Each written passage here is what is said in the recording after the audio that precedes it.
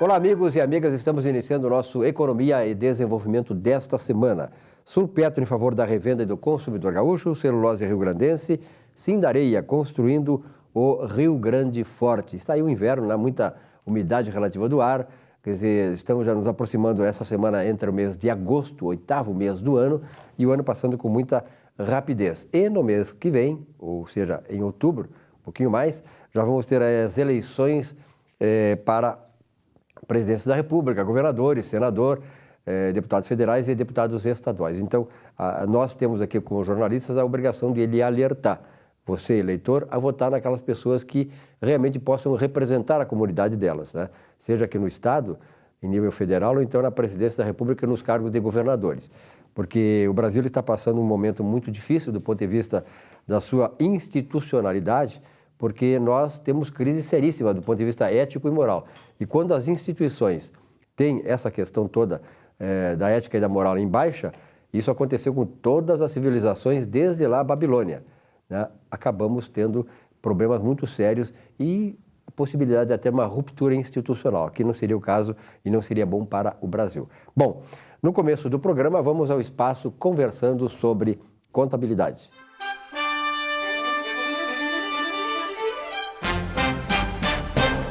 Bom, e nesse espaço aqui vamos falar com o Salésio D'Agostinho. Salésio, prazer em tê-lo aqui no programa, né? Prazer é todo nosso. E o Salésio que tem essa experiência muito grande, o patrimônio cultural e técnico na área de contabilidade aqui no Estado. Salésio, esse ano, pegar até um gancho aí do começo do programa, nós vamos ter eleições aqui no Brasil, mas se sabe, nós estamos sabendo que ao longo dos anos, o Brasil passou a ter um desvio muito fácil de recursos públicos, né?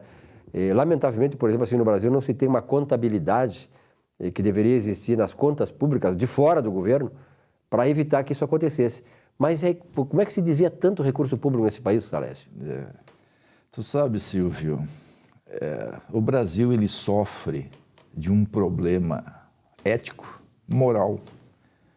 E o nosso setor, nosso departamento, nosso poder político não tem interesse em controlar os recursos públicos. Por que não tem interesse? Porque quem é que desvia os recursos públicos? Os políticos. Uhum. Não é isso? Ora, cada profissão, ela cumpre com um compromisso social. E dentro dessas obrigações todas que as profissões procuram desenvolver, o Estado criou a contabilidade, né? Criou o contador, e o contador deveria ser o guardião da riqueza nacional. Uhum. Então, veja, a contabilidade, ela tem por função registrar todos os atos de gestão, usando de metodologias próprias, de princípios e métodos. Através desses registros, elabora as informações econômicas, financeiras e patrimoniais. E o contador, por sua vez, analisa todas essas informações para dar segurança a esses agentes econômicos e sociais. E transparência. E transparência. Muito bem. O que é que acontece? O Brasil tem uma contabilidade e esta contabilidade não é gerida pelo contador. Vejam só, hoje quem gere a contabilidade nacional é a Secretaria do Tesouro Nacional. E o secretário do Tesouro Nacional não é contador. Vejam só. Então, o contador é o gestor da contabilidade, com exceção às contas públicas. As contas públicas, elas são processadas, o secretário do Tesouro Nacional encaminha a conta para quem? Para quem gasta. Ou seja, é a mesma coisa de nós oferecermos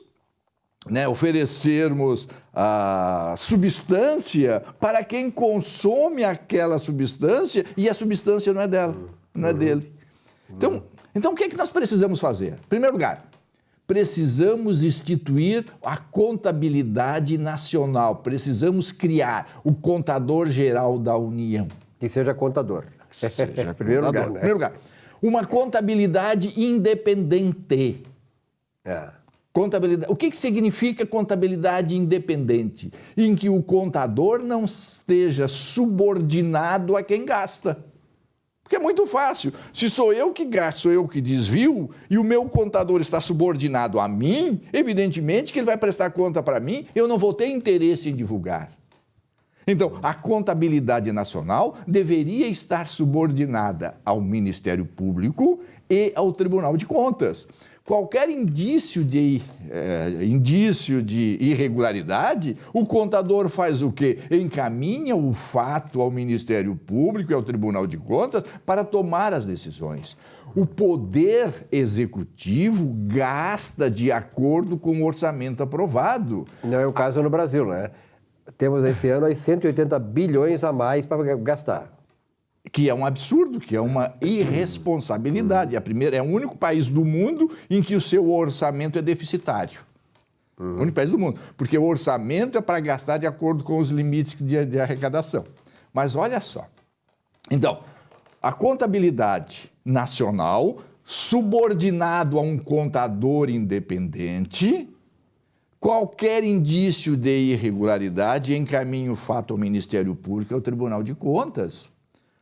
Por que isso? Porque nós não podemos deixar o contador subordinado a quem gasta. Porque se é ele que gasta, o que vai acontecer? Absolutamente nada. Ele vai tentar, em primeiro lugar, esconder o fato. E segundo, se o contador trazer problema, ele demite o contador. E o contador nem vai levar problema, não vai ser transparente como deveria ser por causa disso, né? Pela dependência que ele tem do Exatamente. chefe, né? Então, nós precisamos hoje, e a coisa é fácil, toda profissão exerce uma função social, e a função social do contador é isso, é dar segurança à riqueza nacional, seja ela privada ou pública. E o que nós precisamos é criar a contabilidade geral da União, administrada e gerada pelo contador geral, pelo seu contador geral. Esse contador geral trabalharia com independência, onde o Poder Executivo e todos os demais poderes gastam de acordo com o seu orçamento, e o contador registra, controla e fiscaliza esse gasto, e as irregularidades apontadas vão para o Ministério Público e o Tribunal de Contas, para aí sim apurar as responsabilidades, e vocês poderiam ficar certo disso, que seria muito mais difícil haver desvio no momento que existe independência na contabilidade. Salles, para terminar, e esse é o objetivo, essa é a função do contador. A função do contador é exatamente essa, é dar segurança à riqueza nacional, dar segurança às pessoas jurídicas, porque vocês sabem que é a pessoa jurídica que gera emprego e renda. Ora, gera emprego, renda, que paga os tributos para o Estado funcionar. Quem é que organiza tudo isso? O contador. O contador, através dos registros gerados pela contabilidade, interpreta todas essas informações para dar segurança ao gestor, para que ele mantenha o seu agente com saúde, mantenha prosperando, para que não haja problema que hoje está acontecendo. Porque hoje a economia brasileira não está devidamente ajustada, porque o contador, queira ou não queira, ele não está efetivamente assumindo um papel de contador. Ele está muito mais preocupado nos problemas do dia a dia do que dar soluções para resolver os problemas da nossa até porque a classe economia. política, né, os grandes detentores do poder, não têm interesse nisso. Salles, obrigado pela tua presença aqui, né? Acho muito interessante isso e a repercussão é muito grande sobre esse espaço conversando sobre contabilidade, porque se traz essas informações que nem sempre tu tem no outro espaço de mídia, né? É importante não só para o contador, para a categoria, mas para a sociedade, saber que através da contabilidade, através do serviço sério que o contador faz, ele salva nossas empresas e certamente pode salvar o país. Certamente. E outra coisa, você que é empresário, se está com problema na sua pessoa jurídica, que não pague as contas, se não está pagando a conta em dia, se não está tendo a rentabilidade devida, consulte o teu contador, pergunta por que isso está acontecendo, que ele vai ter a resposta, ele vai lhe dar a resposta e pode ficar certo, você não vai passar por esses problemas todos. Mestre Salles, um grande abraço. Conversando sobre contabilidade, volta na semana que vem.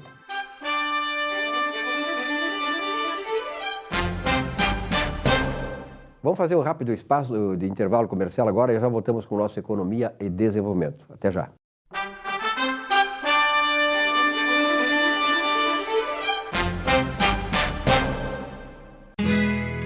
Ser gaúcho é preservar as tradições, é valorizar a educação e acreditar que um futuro melhor nasce nas páginas de um livro. É nossa tradição trabalhar duro. Temos orgulho do suor que escorre do rosto. Ele reconforta a alma e sedimenta uma vida digna. É nossa tradição valorizar o passado para desenvolver o futuro. CMPC Celulose Rio Grandense. Desenvolvimento é a nossa tradição.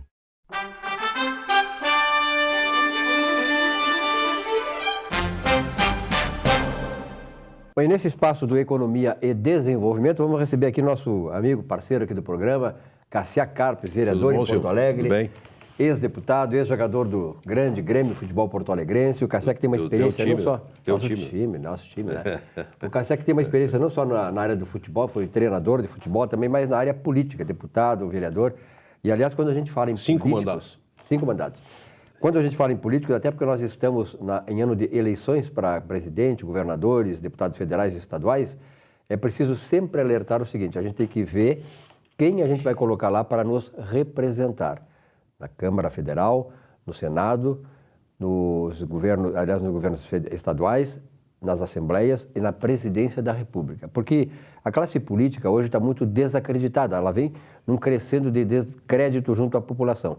Só que entre os políticos existem aqueles que são pessoas boas, pessoas que têm boas intenções, têm projetos, querem nos representar de maneira digna e honrada, fazendo com que o seu mandato seja feito em prol de coisas boas para as suas comunidades. Então, tem que ter muito ciente, né, estar muito ciente dessas coisas e escolher os melhores.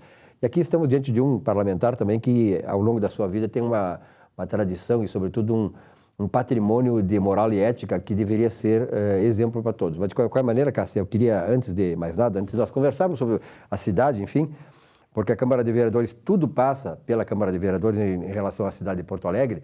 E como é que tu está vendo aí esse processo eleitoral agora em outubro? Bom, quanto ao eleitoral, eu acho que, em primeiro lugar, não sou candidato a nada. É bom dizer. Claro, né? Claro. Assim, nem, é por isso que nós podemos falar sobre... Nem estaria aqui se fosse candidato. Mas a pessoa não vai encontrar um candidato perfeito. Por isso que, dentro dessa lógica, as categorias, de um tempo para cá, começaram a lançar candidaturas para representar o seu nicho. Tá? Então, o cidadão que não pertence à categoria, que é a maioria, e que quer um bom político, ele não fica analisando algumas votações de plenário, que pode, às vezes, errar, mas acerta ali. Não, esse não é o conteúdo principal. O importante é se esse parlamentar tem caráter, se ele é limpo, né? Se ele não tem corrupção, da onde que veio, o que quer da política, se quiser enriquecer. Não é na política, porque na política só se roubar. Tá? É o que acontece com alguns aí, e não são maiorias, mas é que se divulga demais. Tá? Então, procurar saber de onde que veio, o que quer da política, tá? O que ele fez na vida, quais são as posições, porque às vezes o político, como nós estamos aqui, muitos não se manifestam, e aí que está o perigo. Ao não se manifestar, ele não prova, ele não diz o que quer da política e o que gostaria de fazer na política. Então, em primeiro lugar, independente de projetos, porque projetos e leis, esse país faz de 5 a 7 leis por dia e não são cumpridas, não são principalmente regulamentadas, seja municipal, estadual ou federal. Portanto, não é esse o contexto. É se ele tem a integridade, ele é transparente, o candidato. Tá? Nós vamos passar novamente por uma campanha onde a ficção vai dominar novamente. Tá? Os de propaganda que fazem o programa político, quando na realidade quem tem que fazer o programa político é o partido e é o candidato. Principalmente o candidato, se ele é de executivo, assumir o que ele vai fazer. E vocês, da imprensa, tá, têm que questionar, tá, ver o que vai fazer da segurança, da saúde, tem que afirmar, tem que ficar gravado. O que acontece é que vai realmente para o TRE um plano de governo, mas aquilo ali é muito pífio em relação à sociedade, o que ela quer. Então, me parece que o eleitor, se quiser, não vai encontrar um salvador da pátria. Mas ele pode muito que seja assim, né? Que não tenha nenhum salvador da pátria, né? Exato. Ele tem que saber, sim, qual a realidade daquele candidato. O que ele quer, de onde ele veio, o que ele quer da política. Claro. Se ele, na sua atividade lá... Porque as pessoas acham que o político nasce político. Não. ele vem da sociedade. Tem uma trajetória toda, né? Exato, ele vem da sociedade. O que o Cassiá fez, o que ele sempre gostou. Se tu passa 40 anos vendo a entrevista de uma pessoa, tu sabe, o pior político é aquele que não se manifesta, que não dá opinião. Esse se esconde, faz o conluio, faz o conchavo e passa para a sociedade como um bom político. Esse é o pior político. O Cassiá colocou uma coisa assim que realmente é uma coisa que não precisava a gente ver no candidato a um cargo político, ou seja, a questão da ética e da moralidade, a vida pregressa dele. Mas como a situação está tão complicada hoje, né? verdade. Quer dizer, nós temos que... quer dizer, isso aí deveria ser algum requisito natural do candidato. Quer dizer, eu vou exercer um cargo público, eu tenho que ter a minha vida limpa. Mas não, hoje, eu diria que... Mas a maioria dos candidatos, essa é a verdade, ela tem ficha suja. Como um que está lá preso... Reafirmando, ele vem da sociedade. Ele vem da sociedade. O que ele fazia na sociedade, por que ele quer político? Porque hoje em dia até o traficante vai ser candidato. Com certeza. E vai se eleger. E a sociedade é tão hipócrita que tem um camarada que está preso, foi julgado por todas as vias, todos os recursos que apresentou foram perdidos, ele roubou o país, destruiu o país, e parte da sociedade quer que ele volte para ser presidente. Aqui dá um detalhe, quer ver? Se você aí, por exemplo, está até aqui de aumento de impostos, e quer saber, por exemplo, na última vez na Assembleia, por que o Rio Grande do Sul pulou de 25% para 30% do valor da gasolina, que é o ICMS. ICMS na gasolina. Vai lá na Assembleia, entra os anais da Assembleia, vê quem é que votou. A votação foi sinistra, 27-26. Teve um ex-deputado cassado que foi comprado, e automaticamente deu 27-26. Por isso que a nossa gasolina aqui é mais cara do Brasil, que Santa Catarina. É uma das terceiras mais caras do Brasil. Então, automaticamente, é isso que o cidadão tem que procurar. Vai nos anais da Assembleia e procura o que fez. Se ele foi presidente de comissão, se ele foi presidente da Assembleia, vice-presidente, o que ele fez lá e que tipo de projeto. Não a quantidade que ele fez, mas, por exemplo, como ele votou o aumento de impostos. Tem gente que comandava na Assembleia, por exemplo, uma comissão contra o aumento de impostos, e quando veio o aumento de impostos, votou a favor do aumento de impostos. Então, essa é a incoerência que o cidadão tem que saber. Outra coisa, Cassiá, na verdade, o Cassiá é vereador aqui em Porto Alegre, nós sabemos que muitos projetos que... As pessoas muitas vezes têm aspirações aqui na cidade, sonhos, né? Eu sou do interior do estado, adoro Porto Alegre, amo Porto Alegre, que é a minha terra de adoção, quer dizer, a minha opção é Porto Alegre, desde 1967, e Porto Alegre, claro, evoluiu muito de lá para cá, mas a questão urbana da cidade não é a questão só de Porto Alegre. Essa desordem urbana provoca muitos problemas. Aqui em Porto Alegre, por exemplo, nós temos muitos projetos que ficaram anos e anos para serem colocados em prática e sempre eles acabavam tendo problemas de aprovação, por uma certa ideologia, e uma série de facções e tal, que impediam o desenvolvimento da cidade. Mas veja bem, hoje nós temos aí a Orla do Guaíba, mais de 50 mil pessoas fim de semana visitando, quer dizer, a cidade está se reencontrando com o seu rio e com a sua orla. Que maravilha, né, Cassiá? Que Porto Alegre hoje tem um cartão postal de visita, quer dizer, nós não tínhamos até isso aí, até agora, não tínhamos um cartão postal que passamos a ter agora. Eu acho que o cidadão tem que também vigiar o seguinte, a Câmara hoje, e o problema da cidade não está na Câmara, o problema da cidade hoje ela está no Executivo. São coisas diferentes. O Executivo não tem nada que massacrar o Legislativo. O Legislativo é fiscalizador. Portanto, lá acontece a lei quando não acontece. A prova está que o prefeito pode vetar. Aí ela volta para a Câmara para derrubar o veto. Aí tem que ter mais consistência ainda. Tem que ter 19 votos dos 36 para derrubar o veto. Mas a Câmara ela mais ajuda do que atrapalha. Só que o seguinte, a Câmara ela tem a obrigação de prestar conta para o cidadão, porque são 36 vereadores, e não deixar o prefeito fazer certas coisas que também pode ser ruim para a cidade. Hoje o problema não está na Câmara. A Câmara aprova o que dá e não aprova o que pode dar uma carta branca para o prefeito. Ninguém pode dar carta branca para prefeito. Para ninguém. Para ninguém. Ou seja, pode ser bom hoje, mas pode ser muito ruim para o futuro. Aumento de IPTU. Pode ser muito bom na primeira parcela, agora no início do ano que vem. E bom não vai ser.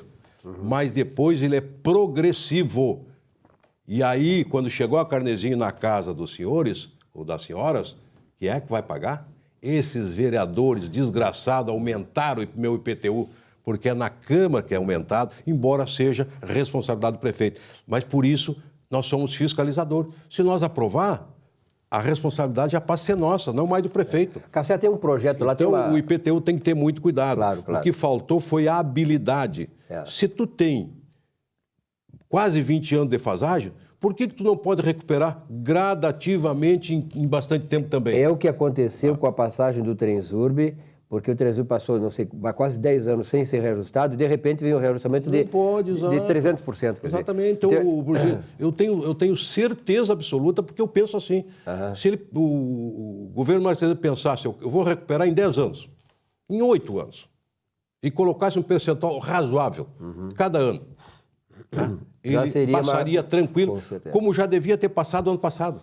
Só que aí a intransigência, né, o conflito, o confronto, fez com que o Executivo perdesse essa oportunidade. Agora quer fazer um progressivo, onde o cidadão não sabe o que será daqui a 2, 3, 4, 5 anos, quanto será o percentual do seu aumento de IPTU. E isso que o Cassé está falando aí também se aplica em termos federais, né? Quer dizer, a questão da Previdência Social, que não foi aprovada porque é uma coisa muito impactante num determinado momento, quer dizer, de uma só vez, e tem que ser uma coisa progressiva mesmo. Mas, Cassé, há um movimento lá na Câmara... O ruim na política, ou tu tem maioria e atropela, e também é ruim, porque acaba passando muita coisa que não deveria passar, e aí quando tu tem dois poderes independentes, que devem ser sempre, e um se contrapõe ao outro, no bom sentido, para equilibrar, aí não há acordo. Claro. Aí é que tem que ver a capacidade do parlamentar e do prefeito. Há uma movimentação lá na Câmara de votar o impeachment do prefeito. Qual é a perspectiva? Não tem nenhuma possibilidade.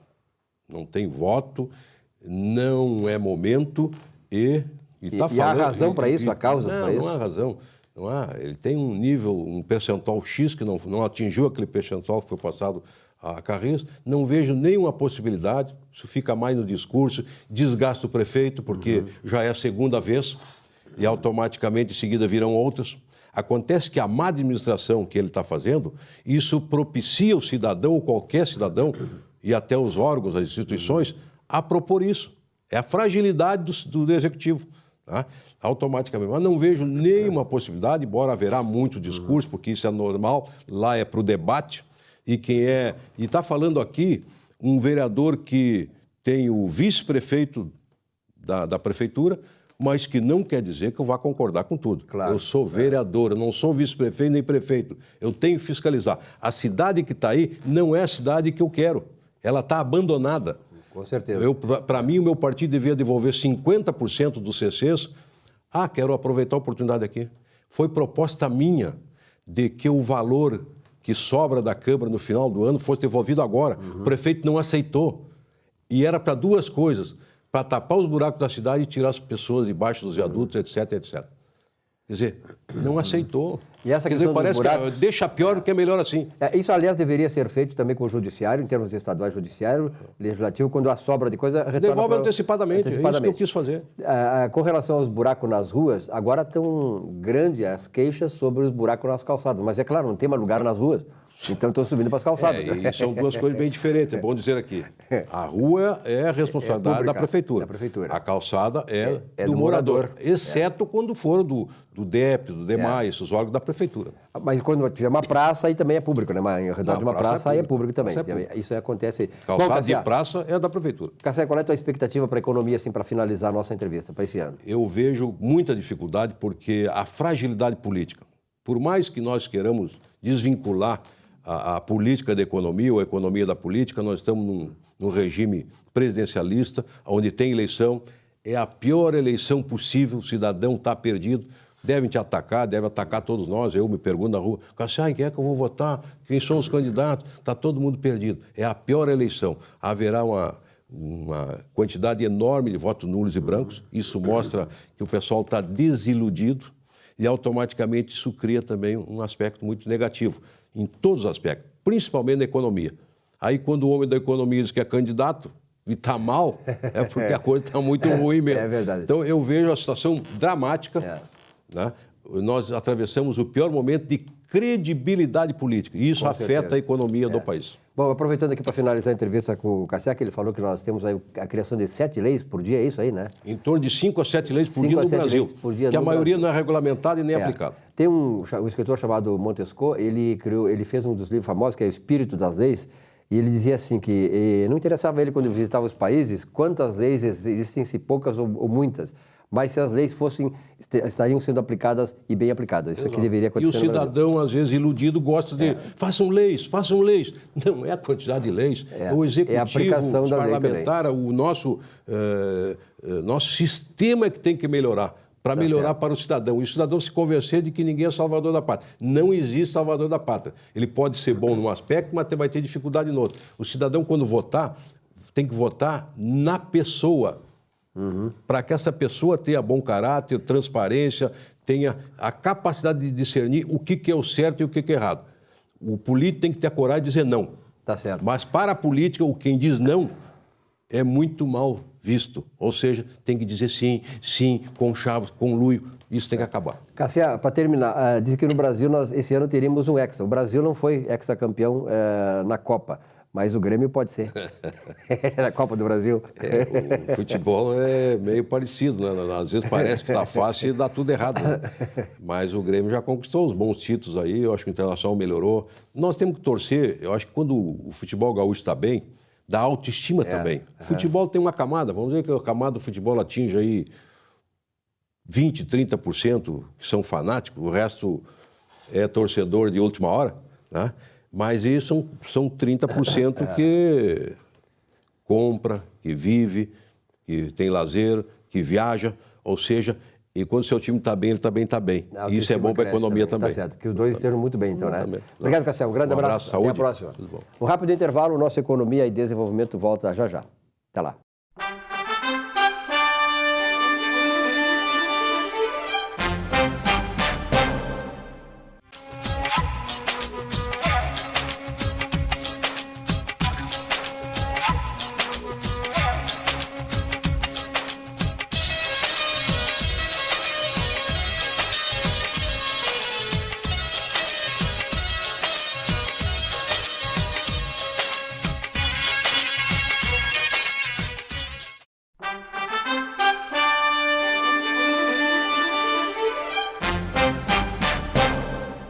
Pois na Ardon Inácio, auditores e consultores, há mais de 50 anos gerando resultados e credibilidade para seus clientes, Sulpetro em favor da revenda e do consumidor gaúcho, Celulose Rio-Grandense, há quase 60 anos aqui, né? Também contribuindo para o nosso desenvolvimento e do país. Ela que exporta muito o seu produto, a celulose. Sindareia, construindo o nosso Rio Grande. E aí, guria, quanto tempo? Prazer em tê-la aqui novamente no programa. A gente fica muito feliz, né? De volta e tal, né? Sim, muitas realizações. As minhas ausências são sempre justificadas pelos treinamentos, né? Sempre descontado também. A lei trabalhista permite isso, né? Descontar com certeza. O que é justo, né? Para ambas as partes. Bom, eu sei que está bombando lá, né? As atividades. Sim, bem, graças a Deus já. Aumentamos uma edição do TAV, do Reescreva Sua História, esse ano, então, com 4 edições. Temos essa previsão para 4 edições. Próximo a outubro, a gente já está trabalhando nessa edição, Silvio. Já está chegando aí, né? Nós estamos no final de julho, voa, né? Com certeza. Coisa séria, a gente cada vez mais experiente, né? Que bom, né? Muitas vidas transformadas, é isso que nos motiva. Quem te vê assim, né, que está de blusinha e tal, quer dizer, nós estamos gravando aqui numa quinta-feira, que é um ambiente hoje primaveril, né? Com certeza. Porque um clima bem atípico, né? A Lília lá de São Leopoldo e aquela região lá é muito fria também, né? Muito fria. Sai cheio de casacos pela manhã e chega no meio-dia já começa a esquentar. O problema do Rio Grande do Sul aqui é o seguinte, nós realmente somos um povo forte, né? Porque, sobretudo na Uruguaiana, na Couro Duro que chamam, né? Porque, na verdade, nós passamos assim, essa semana tivemos temperatura de 0 graus por aí e agora 30 graus, quer dizer, é complicado, 30 pontos, né, percentuais de temperatura, de diferença não tem como resistir. E o mais grave, né, Lília, é a umidade relativa do ar, quer dizer, 99%, 100% brota água de tudo que é lugar, né? O negócio é se vacinar e, com certeza, andar com muito agasalho, porque a gente passa o dia fora de casa, então tem que ter roupa para todas as temperaturas, né? Tem que levar um guarda-roupa ambulante, né? É bem assim. Se tu olhar o meu carro, é bem assim mesmo. É verdade. Aquele carro não tem lugar para mais ninguém, a não ser ela. Se vai aguentar outra pessoa, tem que tirar as roupas. Então, enfim. Marília, temos hoje uma visita especial aqui, uma convidada especial, né? Exatamente, ela que é da área de recursos humanos, a Silvane, também da época da faculdade, se formou comigo e fez o treinamento Reescreva Sua História e está aqui hoje para falar e, na verdade, para quebrar um pouco desse mito do e-social que veio e gerou muito impacto para as empresas, para os RHs, para os profissionais de um modo geral. Então, ela vem trazer um olhar otimista sobre esse processo, apesar de tantas adversidades, né, Silvane? Seja bem-vinda. Com certeza, obrigado. O E-Social é um projeto do governo federal, é um SPED fiscal. Ele veio para ajustar processos dentro das organizações, que hoje cada empresa tinha uma rotina de trabalho diferenciada, nem todos atendiam algumas especificações tributárias ou trabalhistas. O E-Social, ele uniformizou, padronizou os processos nas organizações. E foi um projeto bem interessante, bem bacana. E acabou simplificando também, que a questão toda é simplificar o processo, ou não? Depende do ponto de vista, Depende né? do ponto de vista. né? Se a empresa optou por redesenhar os seus processos internos, ele simplificou. Mas se a empresa está relutante ainda em aderir a esse sistema, talvez tenha complicado um pouquinho mais. Mas no começo sempre complica, né? Depois é que as coisas facilitam, a gente vai devagarinho, algumas empresas já se anteciparam e ajustaram todos os processos, outras ainda estão em ajustes. Para quem está em ajuste, realmente deve ter dado um choque inicial. Claro, o processo é extenso, mudaram muitas rotinas, não teve alteração na legislação trabalhista, mas internamente as rotinas precisaram ser adequadas.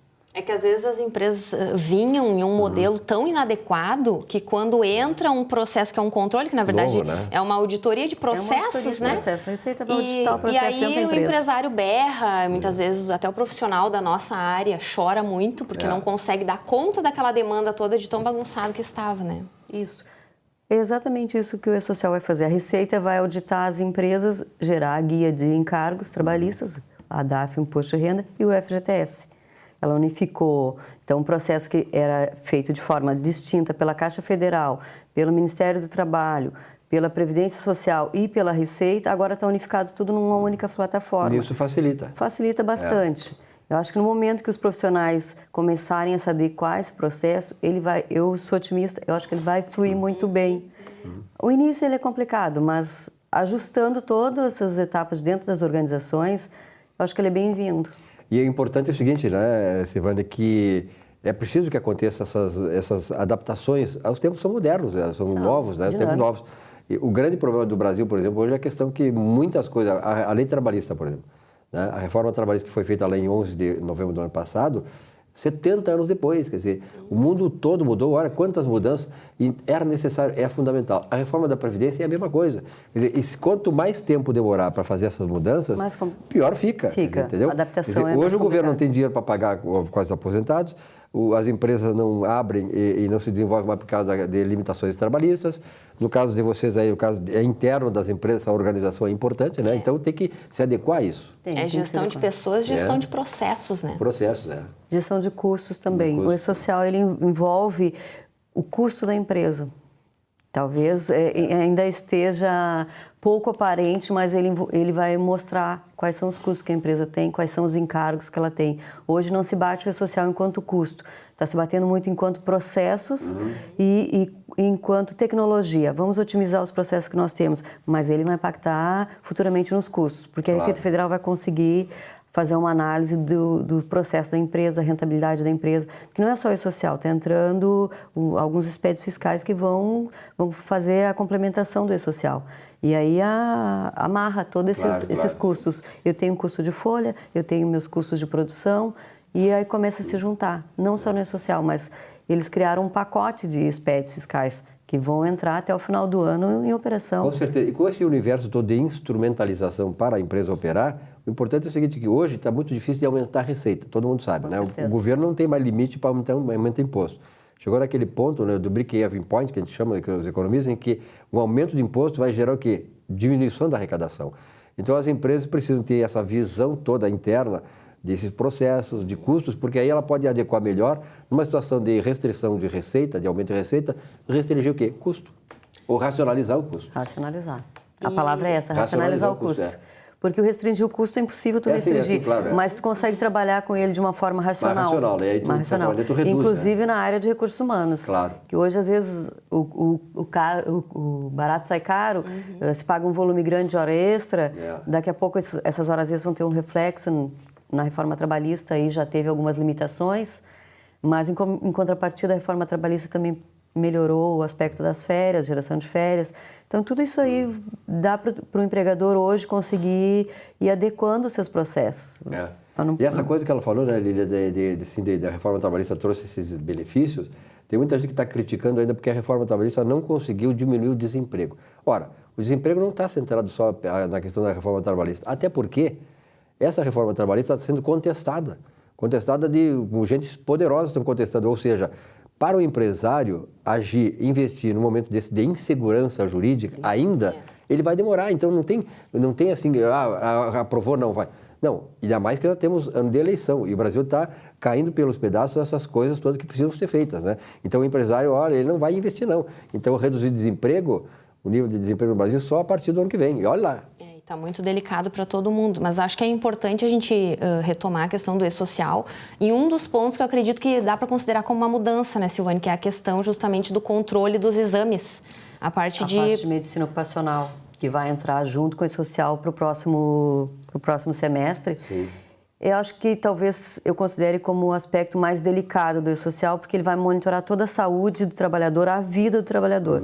Essa geração que já está trabalhando vai pegar uma parte dela, mas essa próxima geração que vem, que está entrando no mercado de trabalho, ela já vai entrar no mercado de trabalho já sendo monitorada desde a admissão. E meu primeiro emprego. Lá nos afastamentos. Quando eu for me aposentar, a Previdência Social vai ter...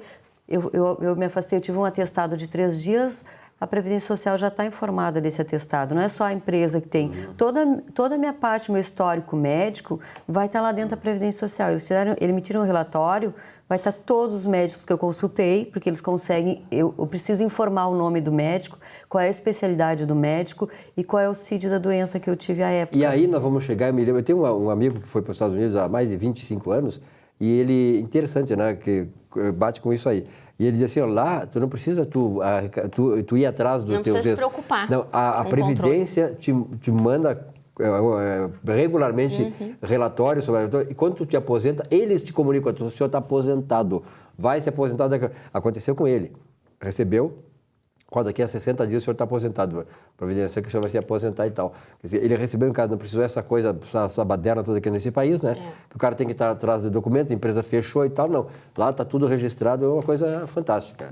Talvez a gente ainda tenha um tempo de adaptação, sim, com certeza, claro, para o passado, mas as gerações futuras... sim, Isso aí vai ser uma coisa muito dinâmica, dizem que a Previdência está ela está muito bem monitorada com relação a isso e aparelhada a partir de 1997 para cá. Que todas as informações já estão de lá para cá. Tá? Antes é complicado, mas... Mas eles não tinham controle de toda a parte de saúde do trabalhador, como eles vão ter hoje. Com certeza. Eles vão ter o controle de quem são os médicos que estão atendendo a pessoa individualmente. E isso pode fazer com que um médico perito, a gente já sabe que por pouco e por muito, muitas vezes, eles já negam uma perícia. Então, imagina tendo um controle todo subjetivo, assim, à distância e fazer um julgamento sem, muitas vezes, sequer analisar o contexto, né? Essa é a parte negativa que eu estou vendo do e-social. Claro. E a gente ainda não tem ele em operação. Ele começa no próximo semestre, mas do volume que o Estado vai monitorar a informação de uma pessoa. Talvez a gente tenha problemas ou fique muito bem resolvida essa parte de medicina ocupacional, de afastamentos, de auxílio-doença, auxílio-acidente, ou talvez a Previdência utilize isso. Hoje a gente já vê que é difícil uma pessoa ir lá e conseguir um auxílio-doença, leva muito tempo para encaminhar e normalmente tem a rejeição nas perícias. Como eles vão ter todo esse histórico, eu não estou conseguindo ainda visualizar de que forma, se ela vai ser positiva ou não nesse momento, para o trabalhador. Para a empresa, acho que ela é positiva. Mas para o trabalhador, eu ainda não consegui me posicionar, porque a gente não viu esse reflexo em operação. É uma coisa que na prática a gente vai... a experiência vai mostrando, né? É que hoje a experiência nossa ela é muito negativa. O e-social, a princípio, eu estou vendo ele bastante positivo, mas na parte de medicina e saúde do trabalhador... ainda tenho algumas restrições com o projeto, porque ele é bem extenso, ele envolve a vida da pessoa e tem uma situação de que é a exposição da vida da pessoa para um sistema público. E já é tema para o Rui, né? O nosso consultor previdenciário. Mas hoje nós estamos nesse tal de Big Brother mundial, que hoje todos os nossos passos estão sendo monitorados, né? Queira ou não queira, né? Mas é que o nosso país, assim, a segurança da informação é uma coisa esse é o problema. complexa. É um detalhe, essa falta de segurança e a utilização desses dados para outros fins. Sim, isso que é uma coisa me preocupa também, porque o e-social está carregando toda a minha vida pessoal. Verdade, eu tenho informação, inicialmente eu tinha que carregar até se eu tinha uma casa própria, se eu não tinha casa própria, se eu financiava, ainda não entrou essa etapa, mas já está prevista para um futuro. Então, quer dizer que o governo vai saber toda a minha vida. Como é que vai ser utilizada essa informação? E tem muita gente que... Para a empresa, perfeito. Que facilita o governo, né? No WhatsApp da vida, no Facebook, e coloca até toda a o sua TGE. vida ali, né? Cada vez mais as pessoas vão ter que ter congruência e transparência entre aquilo que fazem, né? Tem gente que eu não tenho nada, vai no Facebook, vai na coisa, o cara é bilionário, quer dizer, entendeu? Já está fazendo censo com o e-social. Exatamente. Aliás, tem muita... Eu tive um artigo, se não me engano, na Veja, tem muitos camaradas que estão hoje presos, que são criminosos, que foram detectados pela Polícia Federal através do quê? Rastreamento em Facebook e WhatsApp. O pessoal não entende que isso aqui, qualquer informação que tu coloca na coisa ali, ela é mundial hoje, entendeu? Ela percorre todos os caminhos, os bons e os ruins. Né? Eu, por exemplo, tenho assim, Facebook até já nem... E limito muito essas questões. Não, até porque eu não tenho por que esconder, mas eu acho que a pessoa tem que manter uma certa privacidade das suas coisas. O e-social, a restrição que eu teria com ele hoje é exatamente em cima da privacidade da informação. Porque a empresa está informando todos os meus dados da minha vida profissional, mas também alguns dados da minha vida particular. Claro. Carrega algumas informações. No momento que eu expus toda a minha parte de saúde, eu estou expondo a minha vida, eu estou expondo meus atestados, eu estou sendo exposta de uma certa forma. Com certeza. A preocupação é de que maneira o governo vai trabalhar essa exposição, em que momento que ele vai utilizar toda essa exposição do trabalhar. São receios que eu ainda tenho. Descobrir isso no próximo semestre, quando ela virar novamente. Né? Não precisa ser no próximo semestre. Não precisa ser no próximo semestre. Daqui a pouco, né? Já estamos no próximo semestre, na verdade. Né? Essa parte de medicina ocupacional entra a partir de janeiro de 2019. Então, daí é o próximo semestre, nós já estamos no segundo desse ano, estamos em julho, fim de julho, né? Obrigado, Ana. Obrigada, Silvane. Valeu muito. Venha mais vezes. Fica à vontade, quero fazer um rápido intervalo e voltamos em seguida com o nosso Economia e Desenvolvimento. Até já.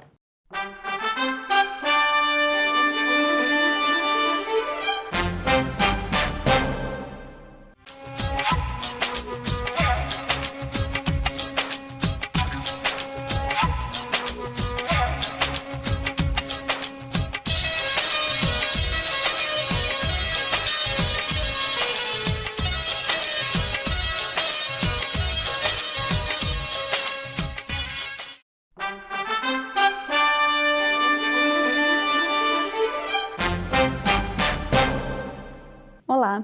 No espaço do Direito do Trabalho de hoje, vamos falar de algumas mudanças recentes que regulamentam a nova lei. Depois que a medida provisória número 808 foi modificada, modificou diversos pontos da lei, da reforma trabalhista, depois que ela perdeu a validade em abril, o governo decidiu fazer uma espécie de regulamentação do texto usando outros caminhos.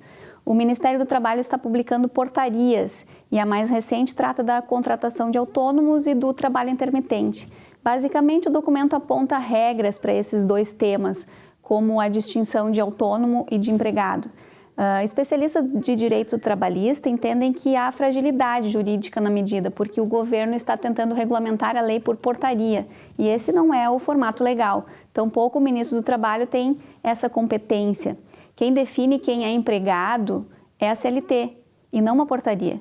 Há muitos pontos que não são claros e são frágeis na lei. A portaria fala sobre contratação de autônomo, dizendo que se cumpridas por este todas as formalidades legais, com ou sem exclusividade, de forma contínua ou não, fica afastada a qualidade de empregado prevista na CLT. Não caracteriza a qualidade de empregado prevista na consolidação das leis do trabalho o fato de o autônomo prestar serviço a apenas um tomador de serviço. O autônomo poderá prestar serviços de qualquer natureza a outros tomadores de serviço que exerçam ou não a mesma atividade econômica, sob qualquer modalidade de contrato de trabalho, inclusive como autônomo. Fica garantida ao autônomo a possibilidade de recusa de realizar atividades demandada pelo contratante, garantida a aplicação de cláusula de penalidade caso esteja previsto em contrato. Motoristas, representantes comerciais, corretores de imóveis, parceiros e trabalhadores de outras categorias profissionais reguladas por leis específicas relacionadas a atividades compatíveis com o contrato de autônomo não possuirão a qualidade de empregado. Presente a subordinação jurídica, será reconhecido o vínculo empregatício. É preciso estar atento a isso. Sobre o trabalho intermitente, a portaria fala que o contrato de trabalho intermitente será celebrado por escrito e registrado na carteira de trabalho e previdência social, ainda que previsto em acordo coletivo de trabalho ou convenção coletiva. O valor da hora ou do dia de trabalho, que não poderá ser inferior ao valor horário ou diário do salário mínimo, nem inferior àquele devido aos demais empregados do estabelecimento que exerçam a mesma função, assegurada a remuneração do trabalho noturno superior à do diurno. O empregado, mediante prévio acordo com o empregador, poderá usufruir suas férias em até 3 períodos. Durante o período de inatividade, o empregado intermitente poderá prestar serviços de qualquer natureza a outros tomadores de serviços que exerçam ou não a mesma atividade econômica, utilizando o contrato de trabalho intermitente ou outra modalidade de contrato de trabalho. No contrato de trabalho intermitente, o período de inatividade não será considerado tempo à disposição do empregador e não será remunerado, em hipótese em que restará descaracterizado o contrato de trabalho intermitente caso haja remuneração por tempo à disposição no período de inatividade. As verbas rescisórias e o aviso prévio serão calculados com base na média dos valores recebidos pelo empregado no curso do contrato de trabalho intermitente. No contrato de trabalho intermitente, o empregador efetuará o recolhimento das contribuições previdenciárias próprias e do empregado e o depósito do fundo de garantia por tempo de serviço, com base nos valores pagos no período mensal, e fornecerá ao empregado comprovante do cumprimento dessas obrigações. Fato é que toda e qualquer orientação ainda está gerando muita insegurança jurídica e, como eu sempre alerto aqui, é preciso ter cautela e contar com um técnico da área para orientar a tomada de decisão. Hoje ficamos por aqui. Um abraço e até a próxima semana. Bom, para concluir o programa desta semana, nós estamos aqui conversando com o Rui Simon, nosso consultor previdenciário. Oi, Rui, essa semana, né, o IBGE lançou aí os dados mais recentes da pesquisa que faz sobre a população brasileira, o processo demográfico e tal, e realmente estamos confirmando aquilo que já vem sendo auscultado na nação brasileira, que é o envelhecimento da população. Nós estamos com uma população envelhecida sem termos uma nação desenvolvida. Esse é o grande problema do Brasil, porque o envelhecimento da população, daqui a 20 anos, segundo esses dados, o Brasil será considerado uma nação velha, sem ter sido desenvolvida. E isso, claro, vai trazer muitas consequências dramáticas na previdência social. Quer dizer, com esses dados aí, mais e mais, temos aí a necessidade urgente de fazer essa reforma da Previdência, na estrutura econômica, no desenvolvimento do país e, sem dúvida alguma, vai afetar o futuro desta nação, que não chegou ainda como se deveria e imaginava que poderia chegar, né? Eu, quando era na minha fase de criança e adolescência, o Brasil era o país do futuro, o futuro não chegou e não sei se vai chegar. Agora, isso aí assusta, né, Rui? Silvia, a gente fazendo uma projeção, a Previdência Social, ela, nos moldes que está, ela não se sustenta por 10 anos, não chega a 10 anos, porque o déficit, ele é crescente, não fazendo essas reformas necessárias, a Previdência, ela não quebra, como a Previdência vai quebrar, ela não quebra porque a União, a Constituição prevê que a União vai suportar. O Tesouro suporta. O Tesouro suporta. Enquanto o Tesouro suportar. Mas e se não chegar, né, chegar no ponto... Que não é uma coisa ideal isso aí, isso é uma excrescência do ponto de vista econômico e contábil, né? Exatamente. Atuarialmente falando, a nossa Previdência é um arremedo, é algo risível, né? Então não tem como. A Grécia fez uma reforma na Previdência há poucos anos atrás, mas espremida pela situação. Ela não tinha mais como. né, a União Europeia disse, olha, nós vamos emprestar X para vocês desde que já condicionou a reforma da Previdência. Espero que o Brasil não chegue a esse ponto de, pela irresponsabilidade da classe política, não fazer essa reforma, porque por picuinhas entre situação, oposição, esquerda e direita, não se faz essa reforma e no médio prazo a Previdência começa a fazer água. O país deficitário não está conseguindo dar a volta por cima e aí remete, Silvio, para isso que você estava comentando. A curva da população brasileira, ela começa a decrescer nos próximos 15 anos, vagarosamente. E a tendência ela é diminuir. Ora, se a Previdência Social brasileira adotou a sistemática da repartição e não da capitalização, isso tem o mesmo significado prático do que uma situação grave de desemprego. Por quê? Porque o Caixa da Previdência, ele né, há controvérsias, se é deficitário, superavitário, pouco importa. O que importa é que obrigatoriamente essa reforma da Previdência tem que ser feita porque a Previdência no médio e longo prazo, se não será deficitária, né? Ainda que o governo piore esses números jogando junto os servidores federais e municipais, estaduais, enfim, para piorar esse quadro deficitário. Mas, enfim, o que importa a gente raciocinar em termos de previdência social? Ou se refaz o sistema e passa por um sistema de capitalização, ou se passa por um sistema de previdência privada ou um sistema misto. Por quê? A tendência lógica, Silvia, é a seguinte: se nós observarmos que o teto da Previdência, e você deve ter acompanhado isso, até 1992 o teto da Previdência era 10 salários mínimos. Né? O último deles foi 42 mil, o teto 420 mil. A moeda, nem me lembro qual era, mas enfim, era 420 mil o teto. E a partir de janeiro de 93, desvinculou. O teto não é mais 10 salários mínimos. Hoje, se o teto fosse observado, nós teríamos R$ 9.540 de teto. E hoje estamos em 5.664, 5.640.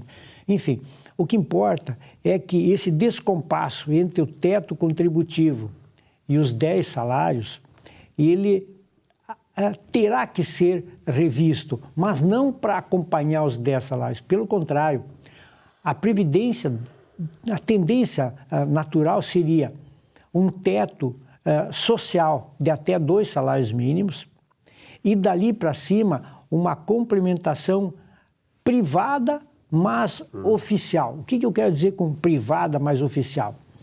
Significa que uma solução que desse segurança jurídica para as pessoas seria um complemento liberado de capitalização, mas feito pela Caixa Econômica Federal. Eu já nem digo o Banco do Brasil, que tem né, ações distribuídas com a população, pulverizado esse controle acionário, ainda que o governo tenha 51% das ações, mas a Caixa Federal é 100% federal.